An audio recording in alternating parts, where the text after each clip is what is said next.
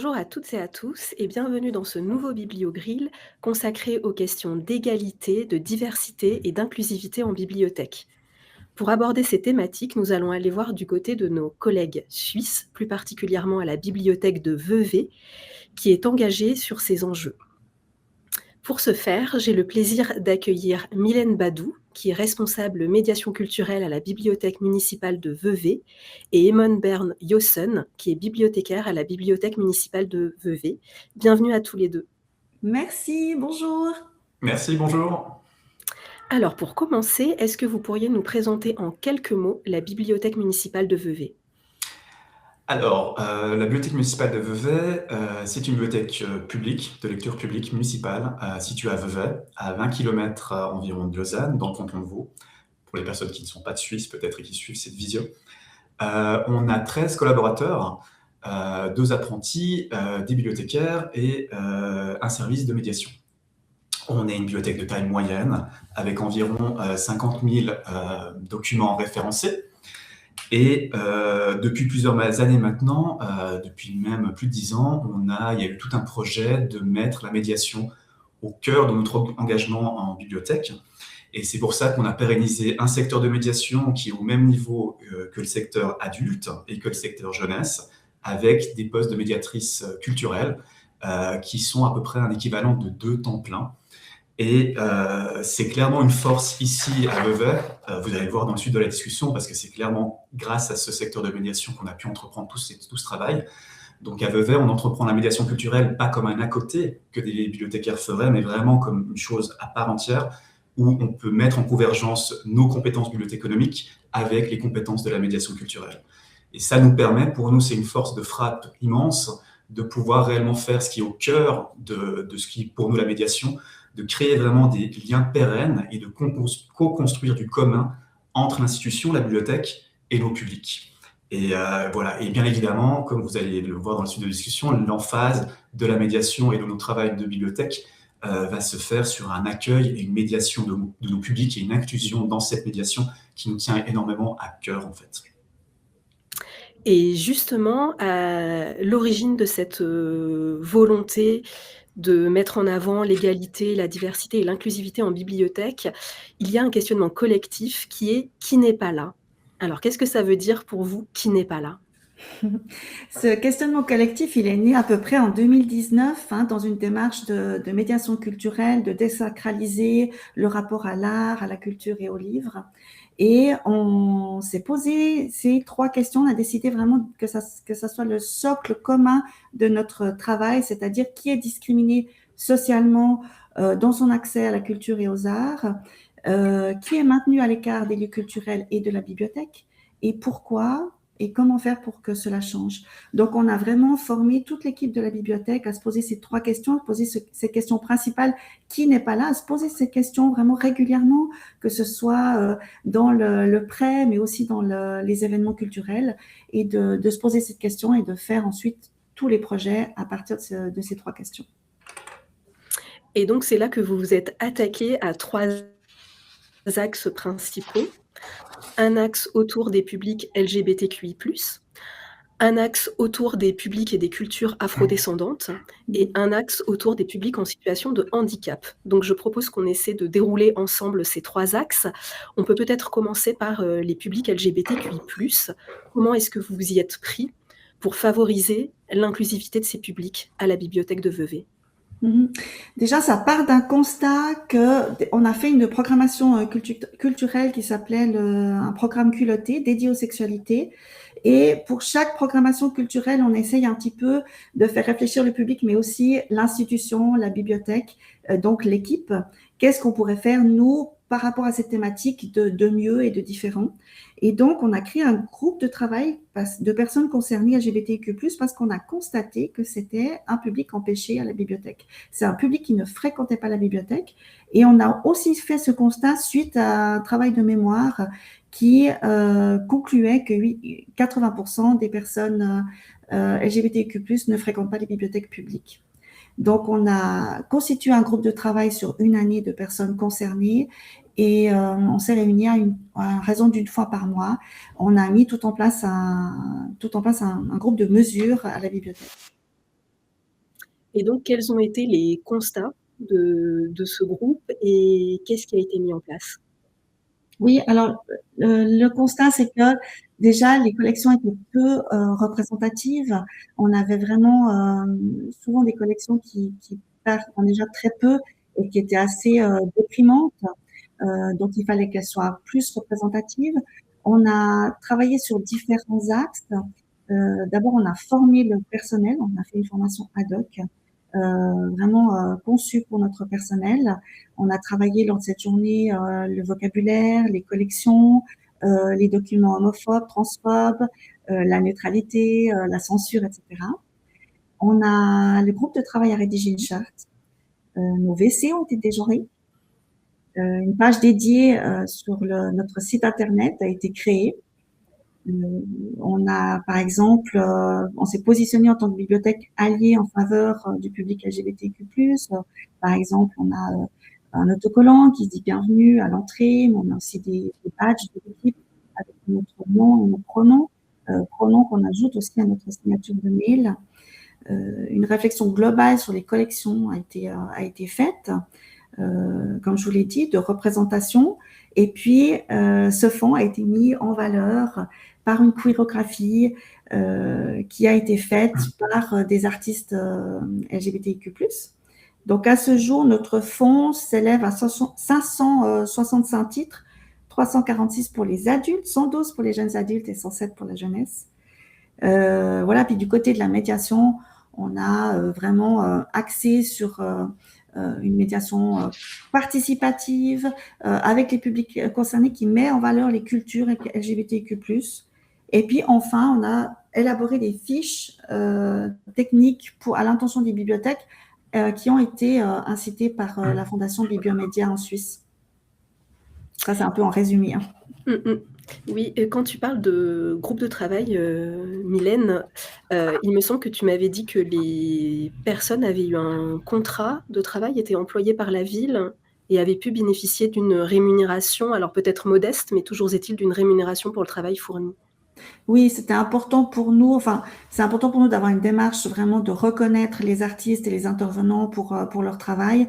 Donc, ce groupe, les personnes qui composaient ce groupe ont été rémunérées, ont eu un contrat d'employé de la ville de Vevey, ce qui nous a permis aussi de faire tout un travail avec les relations humaines, notre service à l'interne de la ville pour dégenrer un certain contrat. Ça n'a pas été une mince affaire, mais dès lors, c'est réalisé à la ville de Vevey. Alors, on peut peut-être passer au second axe autour des publics et cultures afrodescendantes. Là aussi, qu'est-ce que vous avez mis en place? Alors, pour les publics afrodescendants, on a réalisé toute la programmation culturelle. Donc, on a vraiment un programme de médiation. Ça, c'est le programme de cette année. Et en 2022, tout le programme a été réalisé en collaboration avec deux experts, Pamela Ionignako, qui est historienne, et Aki Ayamberi, qui est artiste. Et la programmation s'est faite vraiment avec elle. Ce qui nous a permis vraiment une grande remise en question au sein de l'équipe, de constater que notre programmation culturelle était vraiment trop blanche, et de même que nos collections. Et est-ce que tu pourrais nous donner des exemples de type de programmation qui a été mis en place? On avait une programmation par axe qui était, on a eu l'afrofuturisme, on a parlé du racisme pendant un mois, mais on n'a pas voulu étendre la programmation à cet aspect-là parce que les cultures afrodescendantes sont extrêmement riches. Donc, on a voulu vraiment avoir tout un aspect positif et joyeux. On a eu des concerts, des ateliers, des conférences, des expositions. Ça a été très fort parce que, par exemple, on a une action qui s'appelle le changement de décor où chaque année, on confie à un ou une artiste le décor de la bibliothèque. Donc, l'idée, c'est vraiment de se l'approprier. Et principalement, on a le desk, le comptoir de prêt qui est décoré selon chaque fois un artiste différent. Et là, c'est une photographe, Eve-Marie Perrin, qui avait vraiment photographié des personnes afrodescendantes dans toute la bibliothèque pour visibiliser les personnes noires. Et ça a été très fort. Ça a eu un impact très fort. On a retrouvé plusieurs personnes afrodescendantes du public en larmes qui nous ont transmis que pour elles, c'était incroyable de rentrer dans un espace public et de se sentir représentées. Ce qui nous a beaucoup interrogés parce qu'on s'est dit si c'était des personnes blanches, ça n'aurait pas du tout eu le même impact. Donc oui, ça nous a vraiment remis en question sur le fait qu'on devait avoir plus de diversité et d'inclusivité dans notre bibliothèque. Et sur donc le troisième axe, les questions d'accessibilité et de handicap, là aussi, quel était votre constat et qu'est-ce que vous avez pu améliorer pour favoriser une bibliothèque accessible à toutes et tous? Eamon, là, je te laisse en parler. Alors oui, je peux en parler rapidement. On a fait ce qu'on fait à peu près aussi toujours comme déroulé. On a travaillé sur la médiation, sur les collections, sur l'infrastructure et voilà. Et ce qu'on a pu faire sur ces collections, par exemple pour les collections pour des personnes en situation de handicap, on les a tous regroupés dans un pôle qu'on a appelé Lire autrement, qui valorise par exemple des lecteurs, on peut emprunter par exemple des lecteurs audio DAISY avec des CD DAISY, ou bien des grands caractères, des livres en grands caractères, des livres faciles à lire aussi, voilà. Donc ça a été très intéressant de le faire et de le mettre tout autant en secteur adulte qu'en secteur jeunesse. Pour la programmation et puis pour la médiation auprès de nos publics, on a eu un boys band d'une fondation avec des personnes dans différentes situations de handicap, qui avait un brass band de groupe. C'était super, c'était au vernissage par exemple. On a eu des conférences ou des ateliers avec des personnes concernées. Et là-dessus, je rebondis sur ce que disait Mylène, on a eu des retours énormément positifs sur la représentation, en fait, de nous dire, nous, on n'a jamais fait une table ronde où la personne qui posait les questions était en situation de handicap et tout le monde autour de la table était en situation de handicap, en fait. Et c'est extrêmement important, c'est même fondamental. Au niveau de la formation, on a eu une formation sur différentes situations de handicap. On a eu une personne qui était le trouble du spectre autistique. On a eu une personne en mobilité réduite, en fauteuil roulant. Une personne avec des problématiques sourdes. Et c'était très pertinent aussi pour nous rendre compte que notre infrastructure, on avait encore des améliorations à apporter, pour nous rendre compte que nos collections, on devait aussi... voilà, c'est un travail de tous les jours par rapport à ça. Et voilà, c'est assez passionnant quand on s'y met aussi. C'est beaucoup de boulot, mais c'est passionnant et voilà. Oui, en fait, on a réalisé en tout une quarantaine de mesures pour les personnes en situation de handicap et on les a généralement à chaque fois faites avec les personnes concernées, avec les experts dans leur domaine. On est allé les chercher et puis on a visité la bibliothèque, on a épluché le programme de médiation et puis on a réfléchi ensemble à ce qu'on pourrait faire. Après, on a aussi formé le personnel sur ces questions. Alors justement, en termes de cadre, vous nous disiez tout à l'heure que vous avez mis en place une charte. Donc c'est une charte qui est disponible et accessible sur votre site, qui a pour qualité, entre autres, d'être très claire et très synthétique. Et c'est une charte qui a vocation d'être aussi bien pour le public que pour le personnel. Est-ce que vous pourriez nous indiquer déjà quels sont pour vous les points importants de cette charte et ensuite en quoi cette charte c'est un outil aussi bien en interne qu'auprès du public à la bibliothèque? Alors, je rebondis là-dessus. Effectivement, c'est le groupe de travail LGBTQIA+, comme l'a expliqué Mylène, qui a rédigé cette charte. Donc, des personnes concernées, des bibliothécaires et des médiatrices.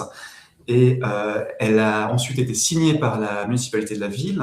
Elle est affichée dans nos locaux aussi. On peut s'y référer, le public et nous-mêmes. L'objectif du document, c'était vraiment d'indiquer quel lieu commun on voulait pour l'ensemble du public au sein de la bibliothèque et quel était très clairement, et je vous remercie d'avoir mis le point sur la clarté parce que je trouve que c'est ça qui est très bien, de mettre très clairement, d'expliciter très clairement les comportements discriminants. Et elle dit concrètement que pour arriver à une volonté je paraphrase, pour arriver à une volonté d'accessibilité et d'inclusion, c'est vraiment fondamental qu'aucun comportement discriminatoire ne sera toléré dans les lieux de la bibliothèque. Et ensuite, on explicite quels sont ces comportements discriminatoires. Ça peut être par rapport des comportements par rapport à l'orientation sexuelle, par rapport au genre, par rapport à la race, par rapport à une situation de handicap. Donc, on essaie d'être le plus vaste possible, de regrouper le plus clairement possible ces comportements discriminants. Et pour nous, c'est un outil très intéressant. D'ailleurs, à chaque nouvelle embauche, chaque nouvel employé signe la charte. Et pour moi, ce qui est le plus intéressant, en plus de la clarté, c'est que c'est un outil qui responsabilise en fait. Il responsabilise tout autant nos publics, et il le dit aussi explicitement à la fin du paragraphe, que c'est un outil commun à utiliser ensemble en fait. Et il permet justement d'avoir ces comportements discriminants, et nous, on s'engage personnel à agir sur ces comportements, ce qui est très intéressant parce que ça arrive en fait, qu'on ait une phrase raciste, une phrase validiste, et nous, ça nous permet d'aller vers les gens, et toujours, vu qu'elle est très claire, d'aller pour discuter du comportement, de dire que c'est pas comme ça qu'on envisage ce lieu qui est une bibliothèque avec des comportements discriminants. Et ça, c'est hyper intéressant. On n'agit pas sur la personne. C'est un vieux truc de systémique ou de formation continue qu'on a, de formation d'adultes. On parle réellement du comportement qui n'est pas toléré dans le lieu. Et ça permet de pas essentialiser la personne aussi qui a ce propos-là. Et ensuite, ça permet aussi d'agir sur les situations. Donc, c'est un outil très, très pertinent, je trouve. Ça permet... Un dernier point que j'aime beaucoup, c'est à la fin, on demande aussi aux personnes qui fréquentent notre lieu, on met le lien le mail de la médiation culturelle où on leur dit explicitement qu'ils peuvent venir vers un personnel s'ils ont été témoins ou ils ont eux-mêmes vécu un comportement discriminant dans nos lieux. Donc, c'est vraiment un outil chouette parce qu'il y a un point de responsabilisation de tous et toutes.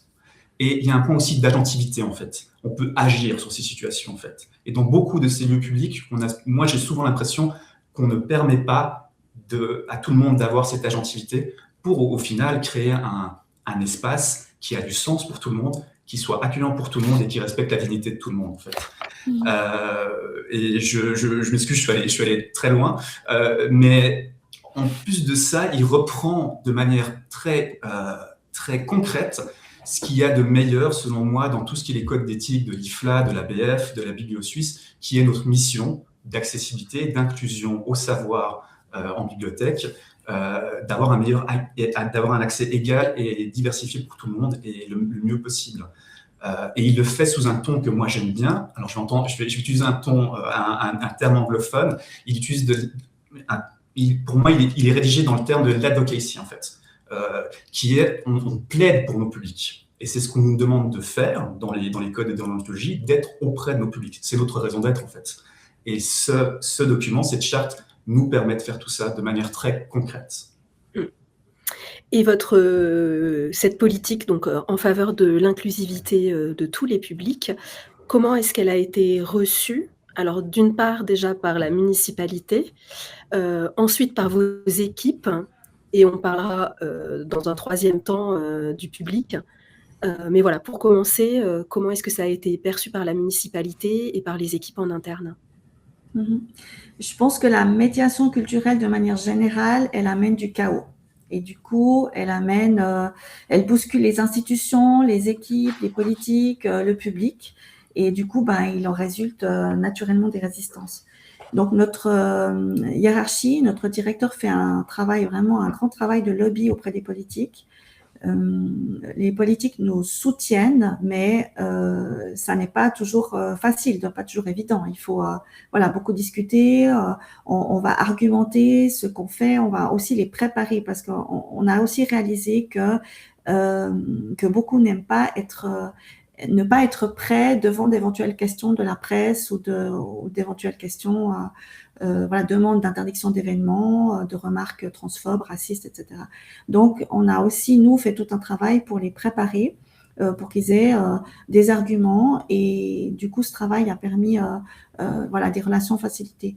Donc, on a vraiment du soutien, un énorme soutien de la municipalité de Vevey.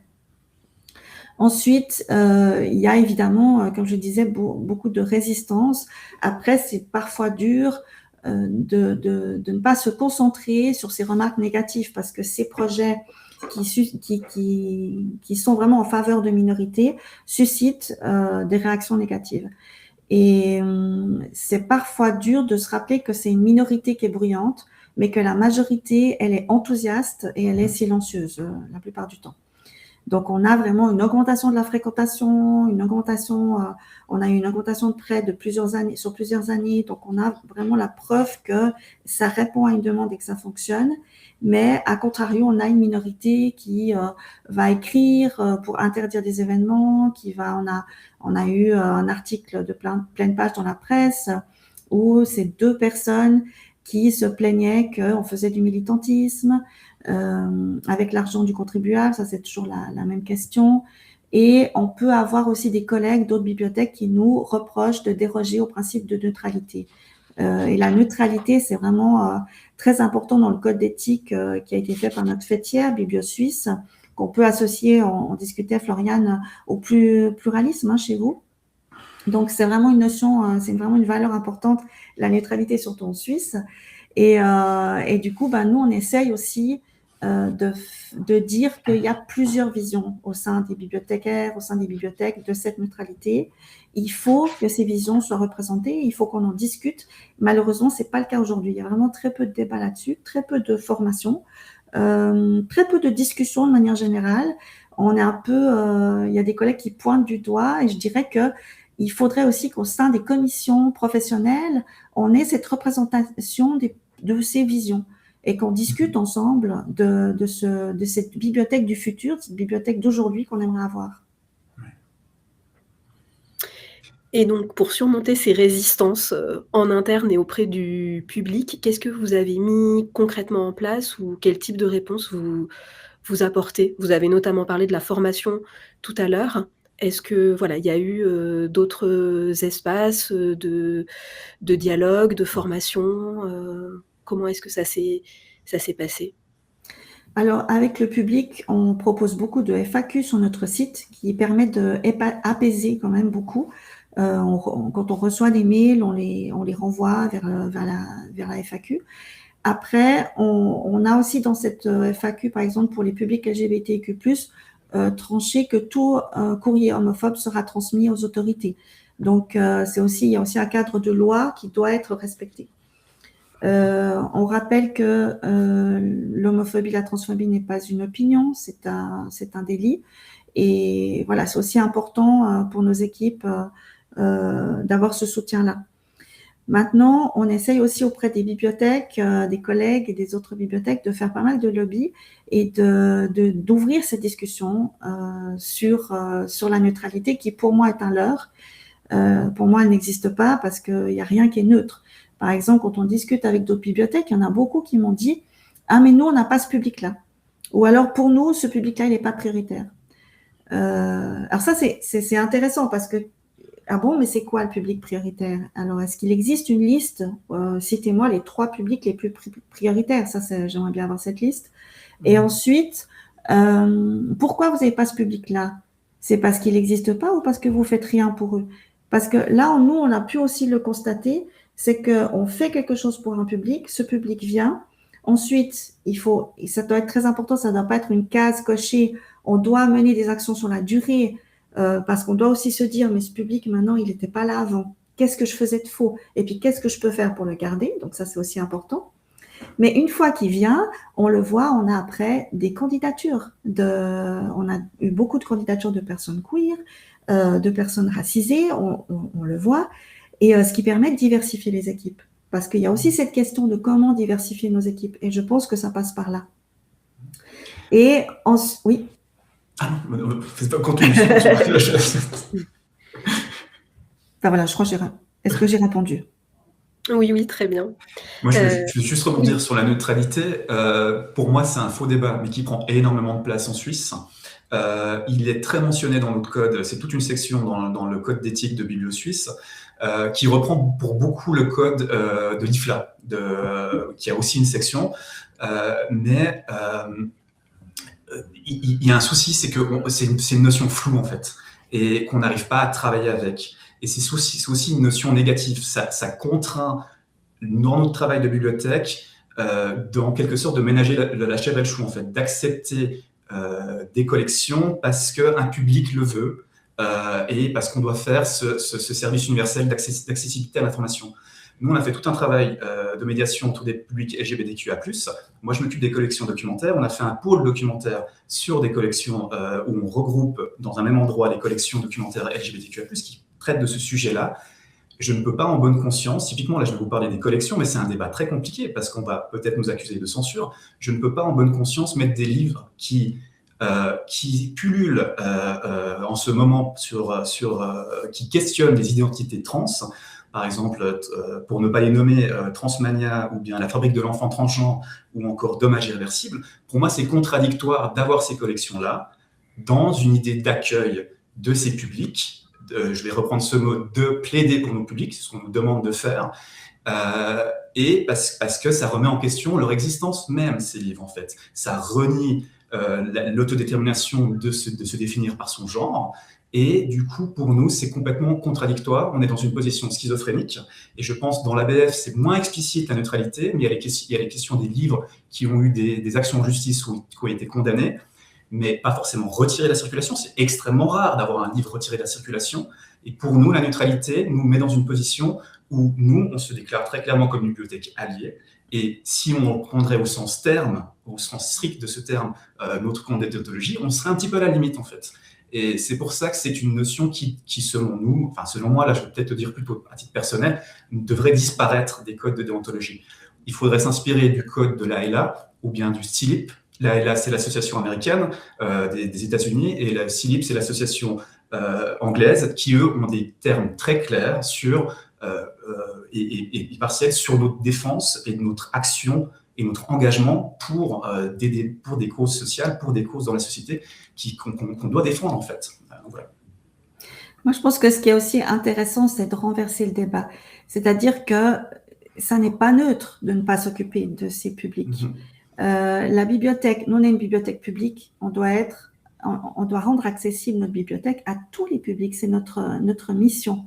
Et de dire non, d'ailleurs c'est intéressant parce qu'on a travaillé avec plusieurs publics différents, des personnes dépendantes, des personnes allophones, des personnes en situation de précarité, etc.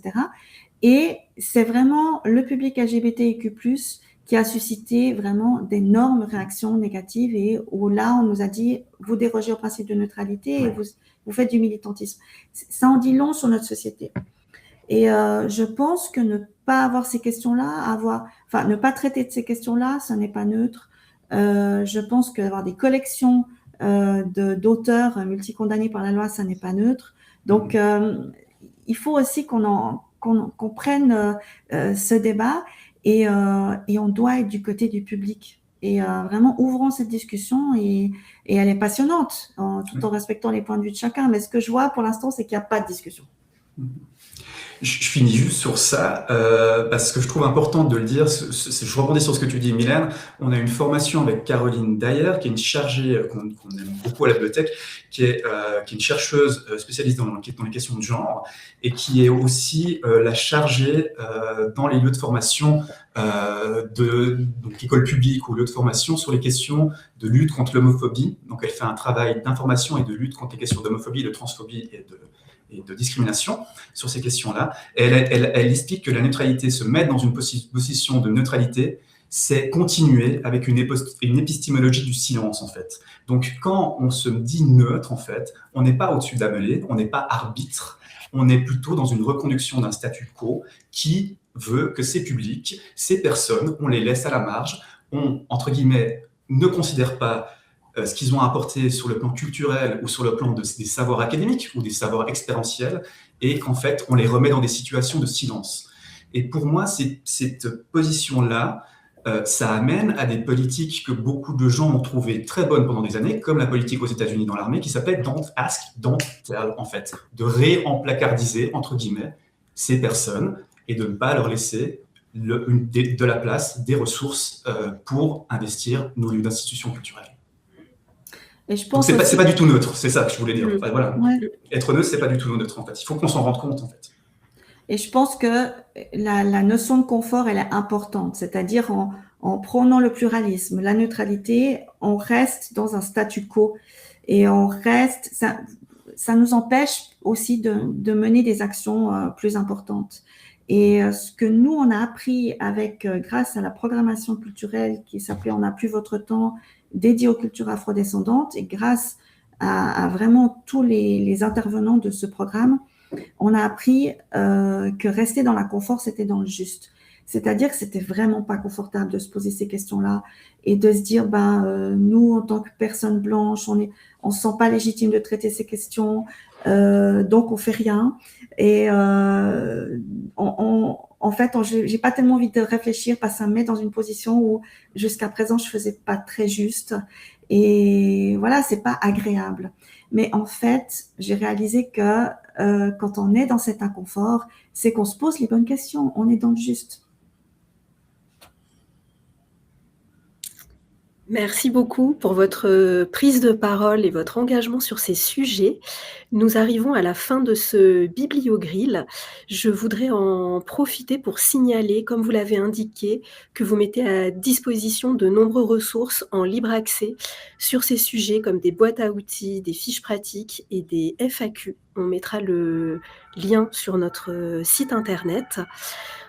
On peut aussi retrouver vos projets dans le dernier numéro de la revue Bibliothèque consacrée aux droits culturels et qui nous a inspiré ce bibliogrill aujourd'hui. Et donc, pour terminer, je voudrais déjà vous remercier d'avoir accepté notre invitation à participer à ce bibliogrill, remercier mes collègues de la coopération nationale à la BPI, ainsi que nos collègues de la régie. Vous pourrez prochainement retrouver ce bibliogrill en replay gratuitement sur notre site internet BPI pour les professionnels. Je vous dis à très bientôt pour un prochain bibliogrill. Au revoir. Merci Floriane, on était ravis de l'invitation. Merci d'avoir pensé à la Suisse. Merci Floriane, merci beaucoup.